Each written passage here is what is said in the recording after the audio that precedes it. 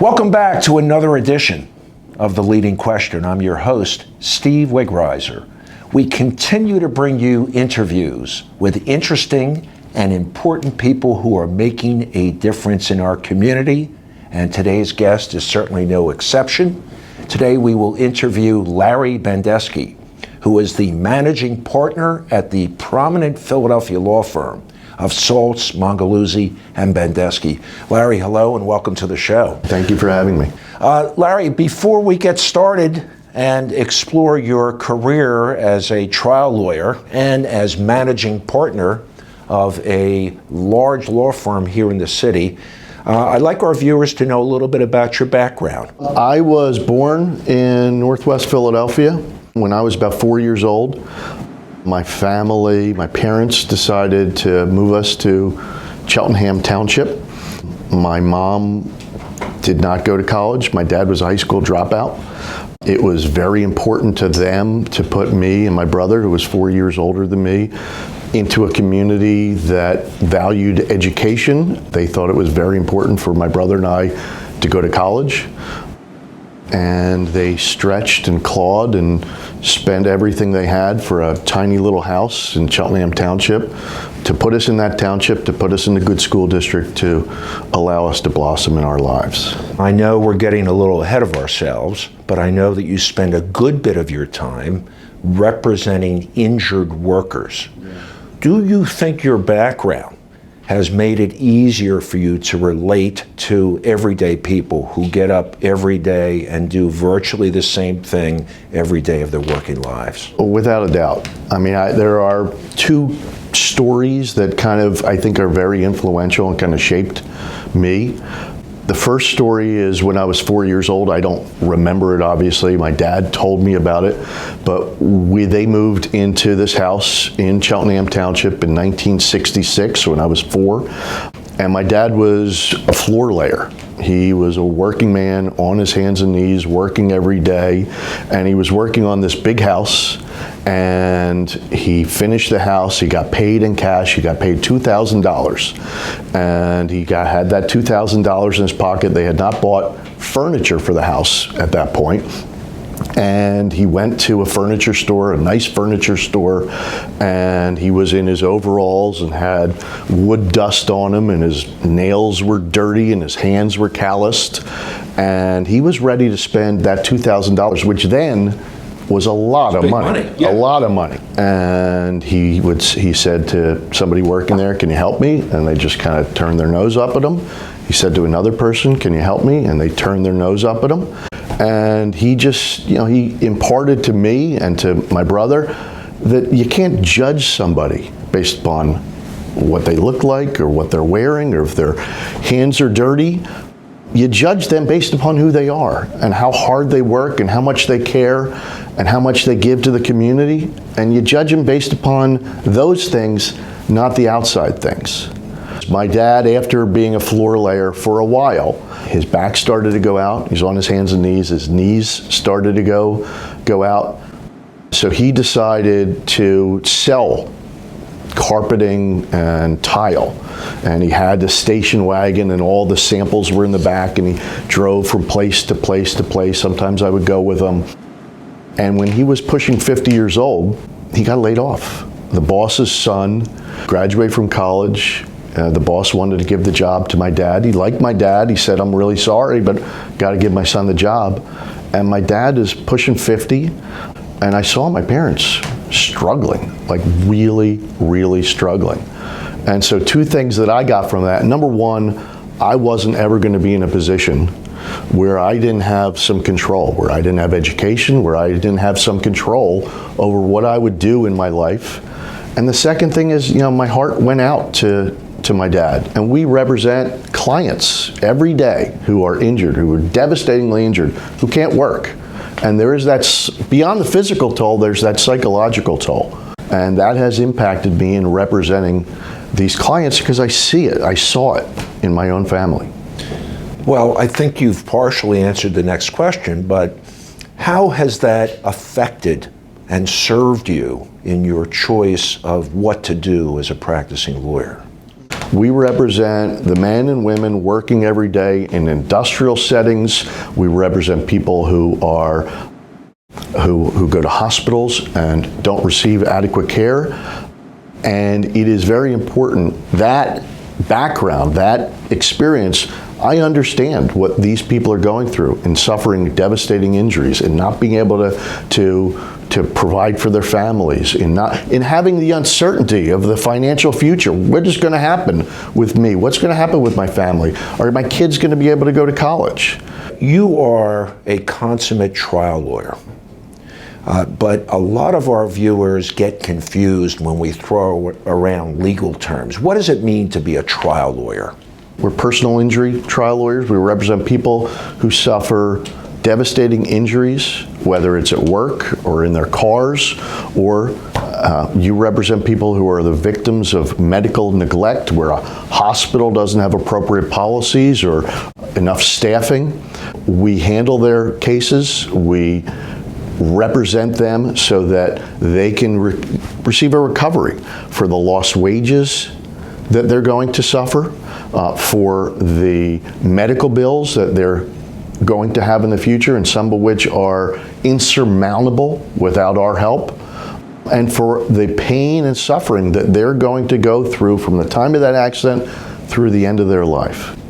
I think Saltz Mongeluzzi Bendesky is best known for worksite accidents, construction accidents.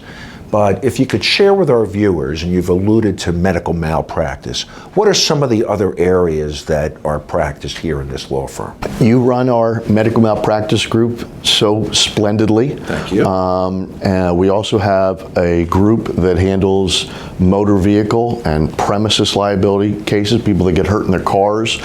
We have a group that does product liability work. So if a car doesn't have a proper seatbelt, or if somebody suffers devastating injuries because the roof wasn't properly maintained or built and the car rolls and somebody becomes a quadriplegic. We also have a mass tort group that handles pharmaceutical products that will injure a large group of people.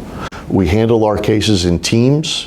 We have team leaders running each of those. And at the present time, how many lawyers do we have here in the firm? We have 36 lawyers and 100 people working here.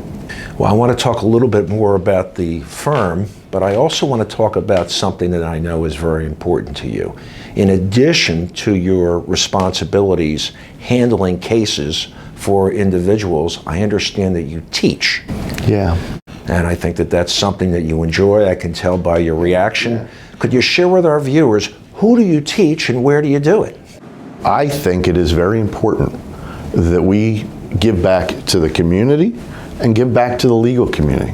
So we believe in mentoring here at our firm to teach our younger lawyers exactly what we think is a good way to do things.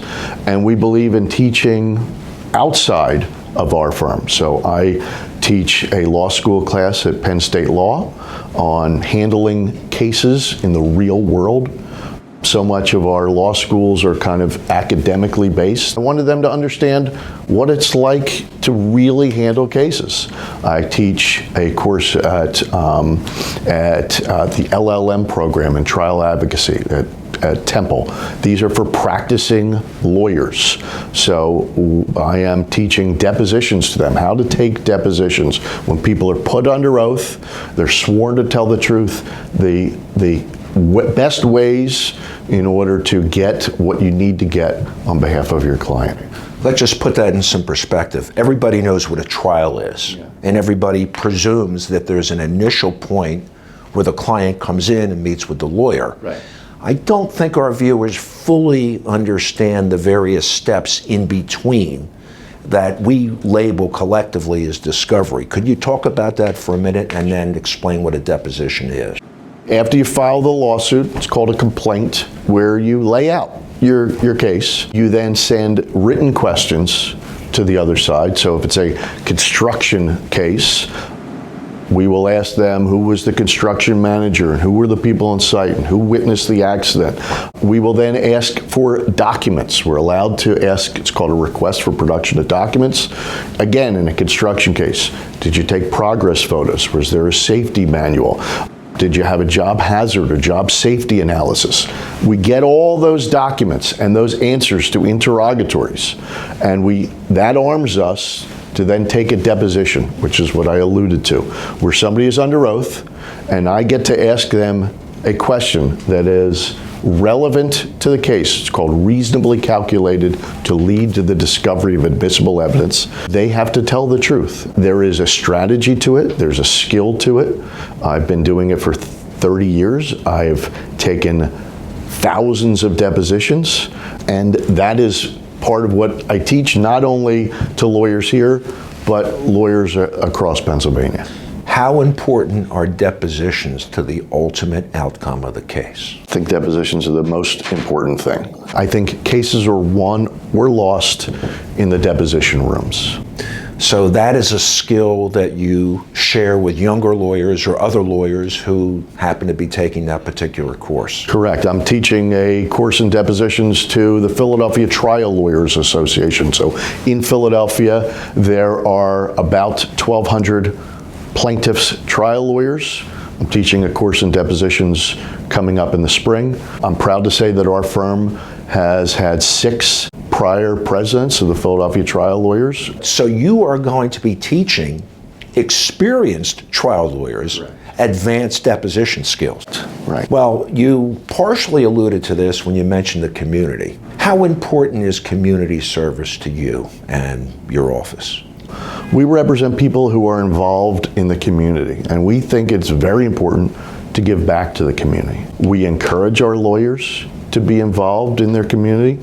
We support any cause that is near and dear to them. So we support Faces for Autism, which provides research and education in autism.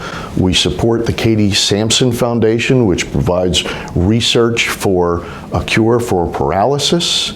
We support Support Center for Child Advocates, which provides money for neglected and abused children in Philadelphia. We support a wide range of community groups. I am on the board of Community Legal Services, which provides legal services for poor people in Philadelphia County. And so CLS has a team of great lawyers that represents these individuals to help them stay in their homes, to help have food on the table, to help have heat in their homes.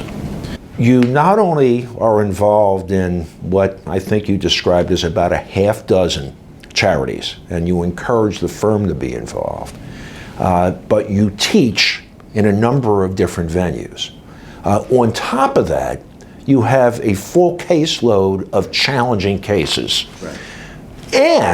And we haven't even gotten to this yet, you are the managing partner of what the Chamber of Commerce would refer to as a medium-sized enterprise, meaning a company with greater than 100 employees. Right. I want to talk about that, but I'm sure our viewers are dying to know, how do you do it all? We work very hard to hire really good people, capable people, smart people, people who care, people who work collaboratively with each other, and we've set up the firm in teams. What is the greatest challenge in running an office like this? I think the firm had a mindset of making sure that we took care of our clients in a very detail-oriented way, making sure that we handled everything we had to handle, and that we took care of our clients, understanding that they're human beings. They don't understand the process, just like you were talking about, and to walk them through the process, to communicate with them. Knowing the quality of the work that we do here, one would assume that the atmosphere is fairly intense and very, very competitive. In reality, there is a different feel. How would you describe the feel of this firm?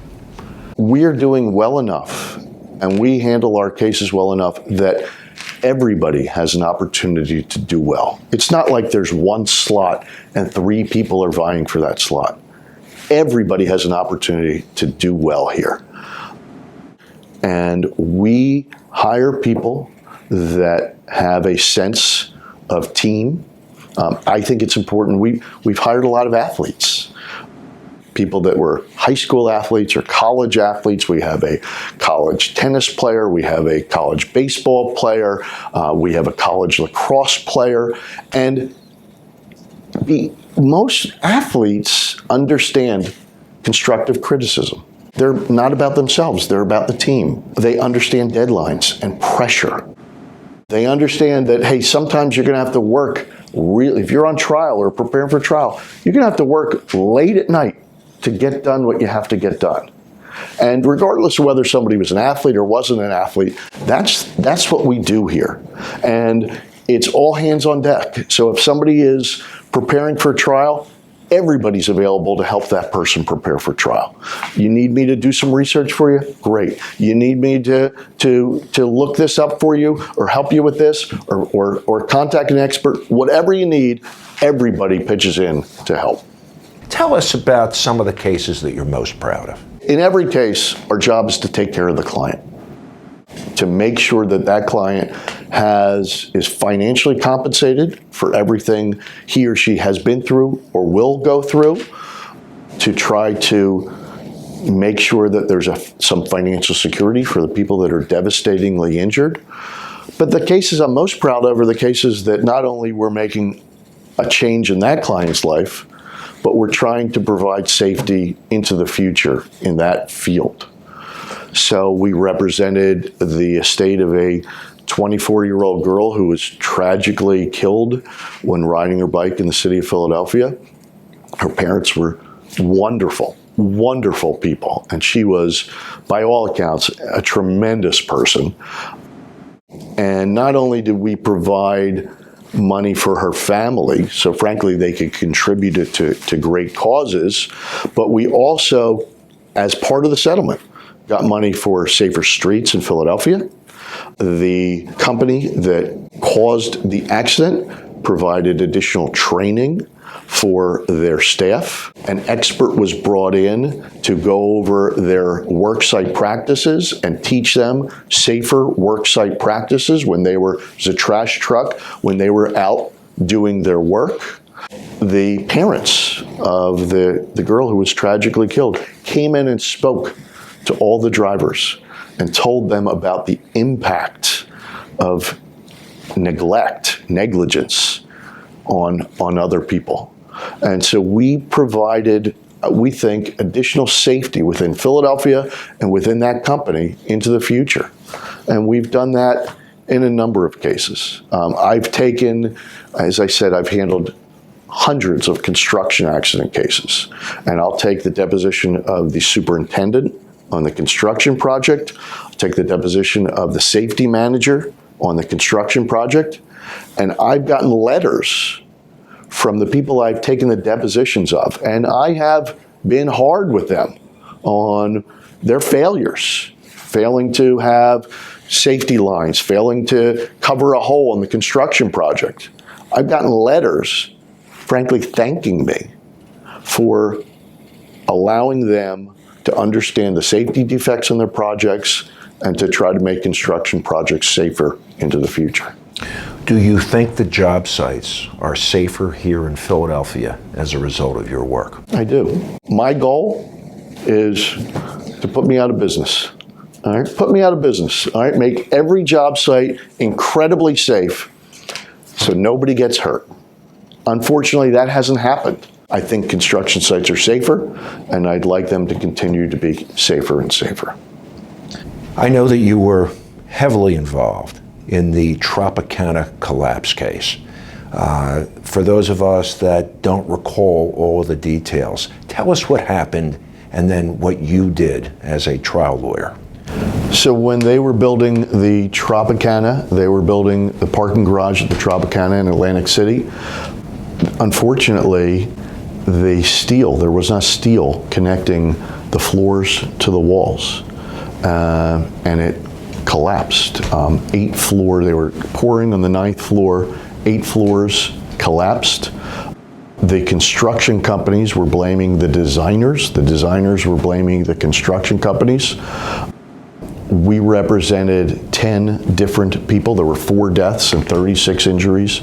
It was a catastrophic accident. And I worked on that case for 3 years. We took over 250 depositions in the case. The depositions amounted to about 500 days of depositions. We had a management conference with the judge once every month.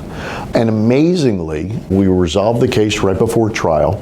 We were able to get all 40 families together to collectively agree to the settlement offer of $101 million, to agree that we would go before 2 different lawyers who would decide how much everybody got. But it was a monumental task to handle that case. You know, we were dealing with families who had lost their husband. We represented one woman whose husband was killed and her son broke his neck in the accident.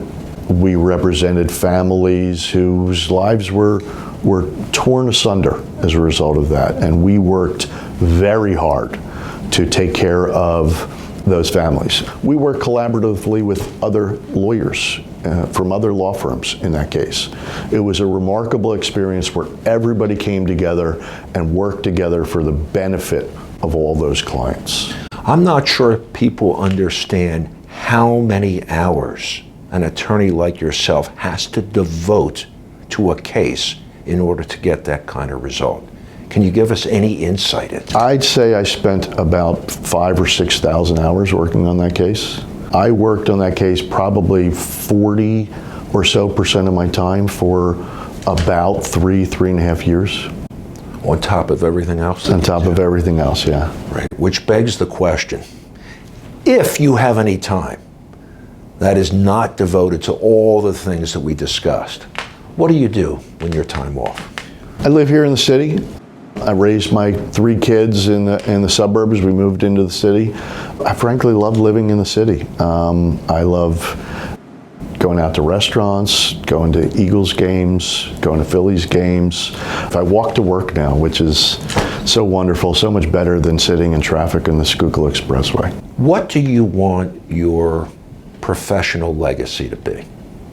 In addition to our incredible responsibility of taking care of our clients, I take great pride in nurturing and mentoring the lawyers that work at our firm. I think it is a responsibility of ours when we hire somebody to train them, to make sure that they become incredibly proficient at what they do.